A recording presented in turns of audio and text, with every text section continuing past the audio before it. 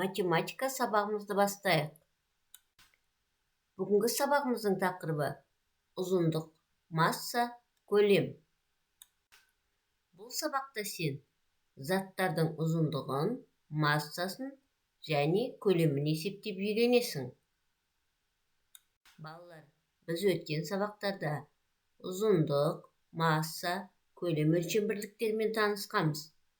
Сантиметр, дециметр ұзындықтың өлшем бірліктері. Біз сантиметрмен өлшеуді білеміз. Мысалы, мына ойыншық жыланның ұзындығы 7 сантиметр екен.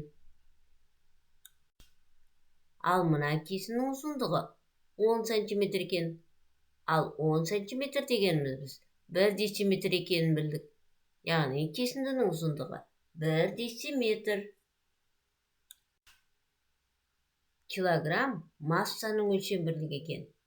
Массаны таразымен өлшейтінін білгенбіз. Таразыда өлшеу үшін біз кір тастарын қолданамыз. Кір тастары 1, 2, 3, 5 килограммдық болады екен. Мысалы, мына қауынның массасын өлшеп көрейік. Таразының бір жағында қауын, екінші жағында 5 пен 3 килограммдық кір тас тұр.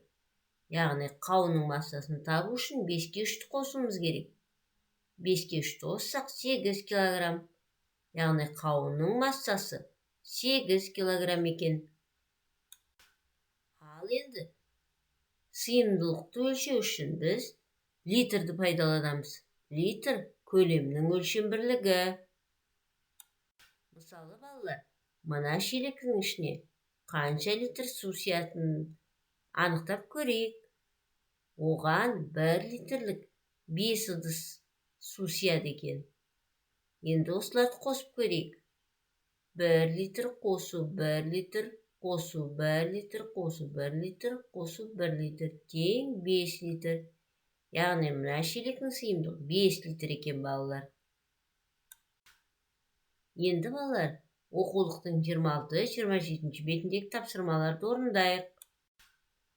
Жұмыс дәптерінің 23-24 бетіндегі тапсырмаларды өз бетіңше орында.